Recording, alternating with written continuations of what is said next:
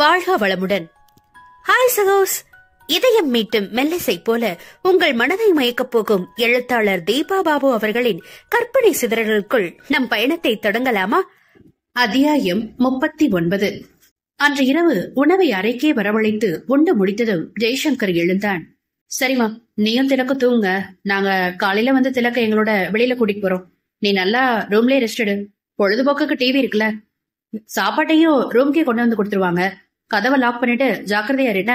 எதுவும் பிரச்சனைனா உடனே எனக்கு ரிங் பண்ணு என்று தன் தாய்க்கு அடுத்தடுத்து இலவசமாக ஆலோசனை வழங்கினான். அவ்வளவு அக்கறை இருக்கிறமே, வெளியே போகாம கூட இருக்கிறது தானே என்று நொடித்தார் செண்பகம். தெளிவாக அதை தவிர்த்தவன் ஓகே குட் நைட் என்று விட்டு நகர அவன் கரத்தை பற்றி நிறுத்தினான் திலக். என்னப்பா, நான் உங்களோட வந்து தூங்கட்டுமா? மென்மையாக முருவளித்தவன் அதுக்கு என்ன, வா என குனிந்து அவனை கைகளில் அள்ளி கொண்டான். ஏ வேண்டாம் வேண்டாம், அவனை கீழே இறக்கிவிடு. நீ பாட்டியோட வந்து தூங்கடா தங்கம். நான் உனக்கு பெரிய ராஜா கதையெல்லாம் சொல்றேன். மா இருக்கட்டுமா, பரவாயில்ல விடு. டே அறிவு கட்டவனே, புரிஞ்சுக்கோ. புதுசா கல்யாணம் முடிச்சிருக்கீங்க, அதனால தானே சொல்றேன். அவன் என்னோட தூங்கட்டும். அதெல்லாம் பரவாயில்லத்த, சின்ன பிள்ளை ஆசைப்படுறான், விடுங்களேன் என்று அவரை சமாதானப்படுத்தி அவர்கள் இருவரையும் தன்னுடன் அழைத்துக் கொண்டு வெளியேறினாள் மணிகர்ணிகா. இதற்கு மேல் தான் என்ன சொல்ல முடியும் என எழுந்து தன் அறைக்கதவை பூட்டிவிட்டு வந்து படுத்தார் செண்பகம். ஜெய்க்கும் மணிக்கும் இடையில் படுத்துக் கொண்ட திலக்கின் முகத்தில் ஏதேதோ வேதனை ரேகைகள் தோன்றின. அதை கவனித்த ஜெய் அவனுடைய தலைமுடியை வருடி என்னமா என்க திரும்பி அவனை கட்டிக்கொண்டு ஒன்றுமில்லை என மறுப்பாக தலையசைத்தான். உள்ளுக்குள் பெரும் சூறாவளி சுழன்றடித்தாலும் அதை மறைத்து கண்டதையும் நினைச்சு குழம்பாம நிம்மதியா தூங்க என்ன என்று அவனுடைய உச்சியில் முத்தமிட்டான் ஜெய். சித்தப்பா சொல்டா கண்ணா. அது அது என தடுமாறியவனை நிமிர்த்தி விழிகளை காண செய்தவன் என்ன வேணும், தயங்காம சொல்லு என்று கனிவுடன் வினவினான்.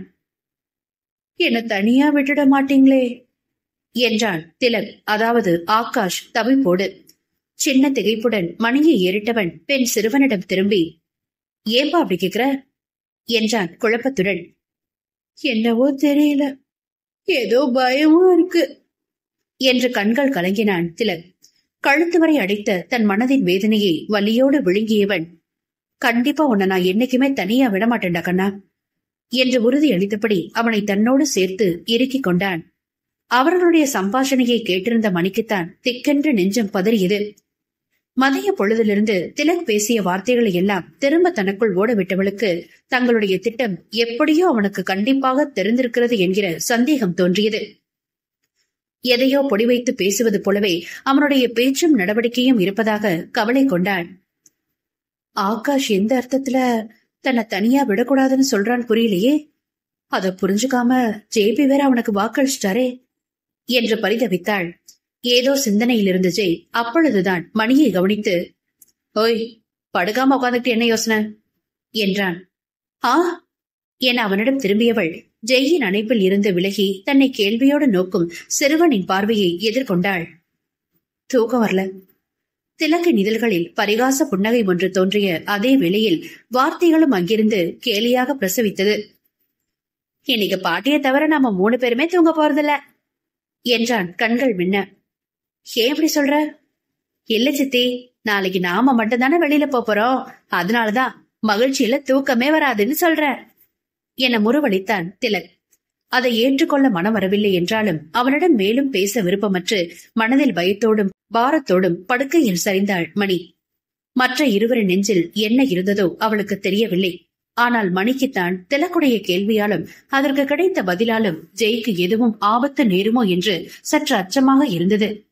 விடிய விடிய மூவரும் மறுநாளைய பொழுதை எண்ணி கவலையுடன் ஒருவரை ஒருவர் வெளிகளால் வருடியபடி உறங்காமல் விழித்திருந்தனர். மறுநாள் காலை வெளியில் செல்ல ஆயத்தமானவர்கள் விடை பெறுவதற்காக செண்பகத்தின் அறைக்கு வர அதுவரை டிவியில் எதையோ குடைந்து கொண்டிருந்தவர் அவர்களின் வரவை உணர்ந்து கதவை திறந்தார். அட பாவி, 2 பேரையும் தூங்கவாது விட்டியா இல்லையா? அதிகாலையிலேயே கிளம்பி கூட்டிட்டு வந்திருக்க. சத்தியமா உங்ககிட்ட வாதாட எனக்கு தெம்பில்லமா, நாங்க கிளம்புறோம் என்றார் ஜெய் இறுக்கத்துடன். என் மருமக சொல்றது சரிதான், சரியான சிடுமுஜி என்றவர் மகனிடம் பழிப்பு காண்பித்தார். திலக்கின் முகத்தில் மெல்லிய முறுவல் ஒன்று தோன்றி மறைந்து விழிகளில் ஏக்கம் படர்ந்தது. சரி, நாங்க கிளம்புறோம் என்றவன் திரும்ப, சித்தப்பா ஒரு நிமிஷம் என்றான் திலக். என்ன திலக்? பதில் எதுவும் கூறாமல் செண்பகத்திடம் சென்றவன் அவர் இடையை கட்டிக்கொண்டு அமைதியாக நின்றான். ஜெய் குழப்பத்துடன் நிற்க மணியின் முகத்தில் லேசான பதற்றம் தோன்றியது. என்னடா செல்லம், பாட்டியை விட்டுட்டு போறமேன்னு கஷ்டமா இருக்கா? உன் சித்தப்பா பேச்ச கேட்காம அடம் பிடிச்சு சீக்கிரமே ரூம்க்கு வந்துரு என்ன என்று அவனுக்கு ஆலோசனை வழங்கிய செண்பகம் குனிந்து அவன் கன்னத்தில் முத்தமிட்டார். சமத்தாக தலையசைத்தபடி அவருள் முகம் புதைத்து கலங்கிய விழிகளை துடைத்து தன்னை மீட்டுக் கொண்டான் திலக். நிமிர்ந்தவன் அவரிடம் ஜீவனில்லாத புன்னகை ஒன்றை சிந்திவிட்டு, போகலா சித்தப்பா என்று ஜெயின் கரம் பற்றினான். குழந்தையின் முகம் கண்டு தடுமாறிய மனதை வேகமாக திசை திருப்பியவன் கடகடவென்று அவனுடன் வெளியேறினான். ஆகாஷின் மனதில் என்ன இருக்கிறது, அவன் யாரிடம் எப்படி நடந்து கொள்ளப் போகிறான் என்கிற பயத்தோடு மணியும் அவர்களை பின்தொடர்ந்து சென்றாள். மூவரின் மனமும் அவரவர் நிலையில் கவலையில் ஆழ்ந்திருக்க செல்லும் இடங்களில் எல்லாம் ஆர்வமே இல்லாமல் கடனே என அங்கு இருந்தவற்றை வெறித்தபடி சுற்றி வந்தனர். மதிய உணவு தொண்டையில் இறங்க மறுத்து அடம் பிடிக்க ஆகாஷிற்காக அரைகுறையாக குறித்தபடி அருகில் அமர்ந்திருந்தார் ஜெய்சங்கர். மணியும் பசிக்கவில்லை என ஃப்ரெஷ் ஜூஸ் ஒன்றை ஆர்டர் செய்து பருகிக் கொண்டிருந்தாள். சித்தப்பா என்ற மெல்லிய குரலில் தம்பதியர் இருவரின் கவனமும் அவனிடம் திரும்பியது. எனக்கு சாப்பாடு வேணாம், சாப்பிட முடியல என்றான் தலைகுனிந்தபடி. அவனை வற்புறுத்தி சாப்பிட வைக்கும் மனநிலையில் இவர்களும் இல்லாததால் ஆர்டர் செய்திருந்த உணவிற்கான பணத்தை வைத்துவிட்டு கிளம்பினர். இன்னும் 2 மணி நேரத்தில் மருத்துவமனையில் இருக்க வேண்டும் என்கிற நிலை. இருவருக்குள்ளும் சற்றே பதற்றத்தை அதிகரித்து விரல்களை சில்லிட வைக்க தங்களுக்குள் தவிப்புடன் விழிகளால் உறவாடினர். இப்பொழுது எப்படி இவனை மருத்துவமனைக்குள்ள கூட்டிட்டு போறது என்றாள் மணி கிசுகிசுப்பாக. வாய்மொழி சொற்களைத்தான் தன் கணவனுக்கு அளித்தாலே தவிர அவளுடைய விழிகள் இரண்டும் பரிதவிப்புடன் சற்று தள்ளி நின்று வாயிலில் வேடிக்கை பார்த்துக் கொண்டிருந்த திலக்கிடம் சென்று கொண்டிருந்தது. ஆகாஷ் என்ன நினைக்கிறான் என்று குழம்பியது போய் தற்பொழுது தன்னுடைய மனநிலை என்ன என்று அவளால் புரிந்து கொள்ள முடியவில்லை. ஒருபுறம் அவனை நினைத்து அஞ்சினாலும் மறுபுறம் அவனுடைய நிலையை எண்ணி இதயம் உருகவும் செய்தது. கடந்த 5 மாதங்களாக அவனோடு பேசியது, விளையாடியது, கொஞ்சியது என அனைத்தும் ஒன்றாக அணிவகுக்க, ஐயோ இன்னும் கொஞ்ச நேரம்தான், அப்புறம் இவன் எங்கள்கிட்ட இருந்து நிரந்தரமா பிரிஞ்சு போயிடுவானே என்ற பாசம் வைத்த உள்ளம் பதறியது. ஆ என்ற ஜெயின் கூக்குரல் மணியை மீட்க திடுக்கிட்டு வேகமாக அவனிடம் திரும்பியவள் அவனுடைய இடது கையில் வழியும் ரத்தம் கண்டு அதிர்ந்தாள். ஐயோ என்ன, எப்படி என்று பதறி துடித்தவள் சந்தேகம் கொண்டு படக்கென்று ஆகாஷிடம் திரும்பினாள். அப்பொழுதுதான் மணியின் குரல் கேட்டு அவனும் குடுகுடுவென்று அருகில் ஓடி வந்தான். அச்சோ என்னாச்சு சித்தப்பா, ரத்தம் என தானும் பதறியபடி அவன் கரத்தை பிடித்தான் திலக். அதற்குள் அங்கே சூழ்ந்த இருந்தோர் அவர்களை சுற்றி சிறு கூட்டமாக கூடிவிட ஹோட்டல் மேனேஜர் அங்கிருந்த மருத்துவ உதவியாளரை வரவழைத்து அவனுக்கு முதலுதவி சிகிச்சை அளிக்க செய்தார். கையில் கட்டு போடவும் வழியில் லேசாக முகம் சுழித்த ஜெய், ரொம்ப தேங்க்ஸ் சார் என்றார். இட்ஸ் ஓகே, எதுக்கோ ஒரு மருத்துவரை பாத்துருங்க. நாங்க நேரா ஹாஸ்பிட்டல் தான் போறோம் என்றவன் அளித்த பதிலில் திலக்கின் கரம் தளர்ந்து சரிந்தது. மணியின் விழிகளும் திகைப்புடன் ஜெய்யை பார்த்துவிட்டு திலக்கிடம் திரும்ப அவன் நேர் பார்வையாய் அவளை வெறித்தான். இதயம் தொண்டையில் வந்து துடிக்க அப்பார்வையை எதிர்கொள்ள திராணியற்று வேதனையோடு திரும்பிக் கொண்டாள் பெண். வெளியில் வந்து கால் டாக்ஸி ஒன்றை அமர்த்திவிட்டு டாக்டர் நரசிம்மமூர்த்தியின் மருத்துவமனைக்கு மூவரும் பயணமாகினர்.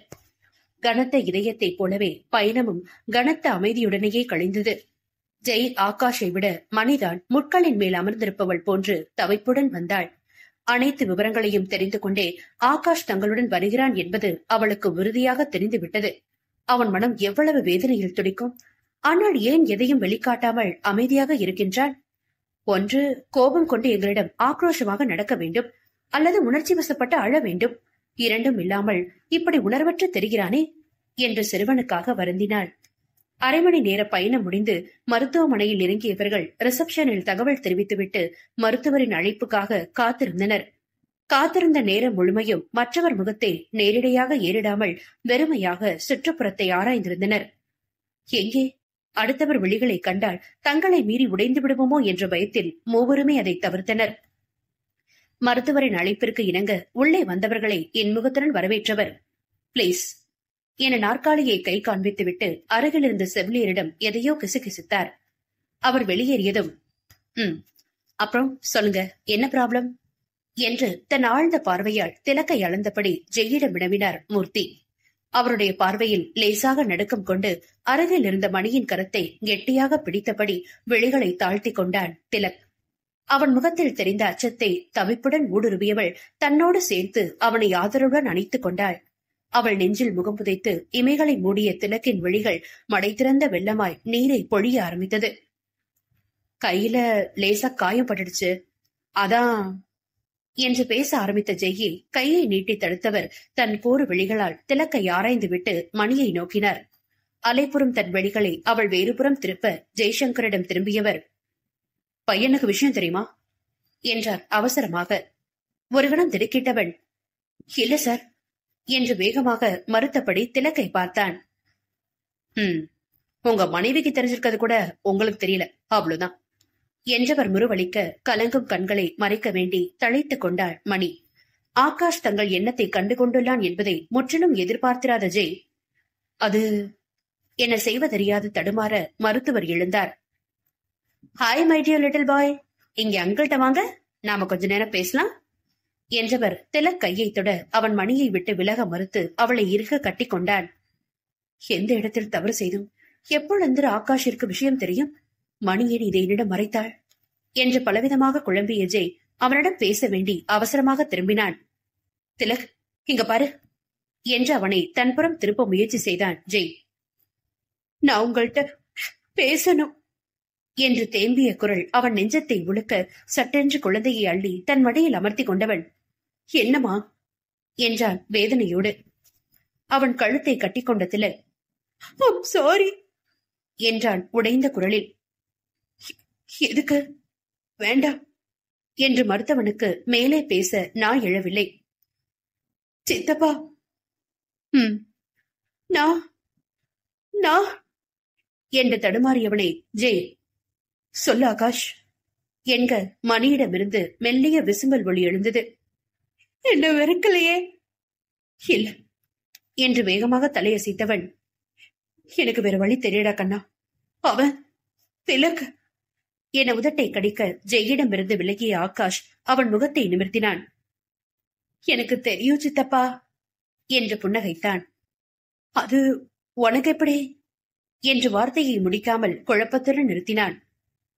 நீங்க டிக்கெட் புக் பண்ணிருந்த நைட்டு நான் முத்தமிடவும் கண்கள் கலங்க சாப்பிடாம வேகமா எழுந்து போனீங்களே, அத பார்த்து எனக்கு ரொம்பவும் கஷ்டமா இருந்தது.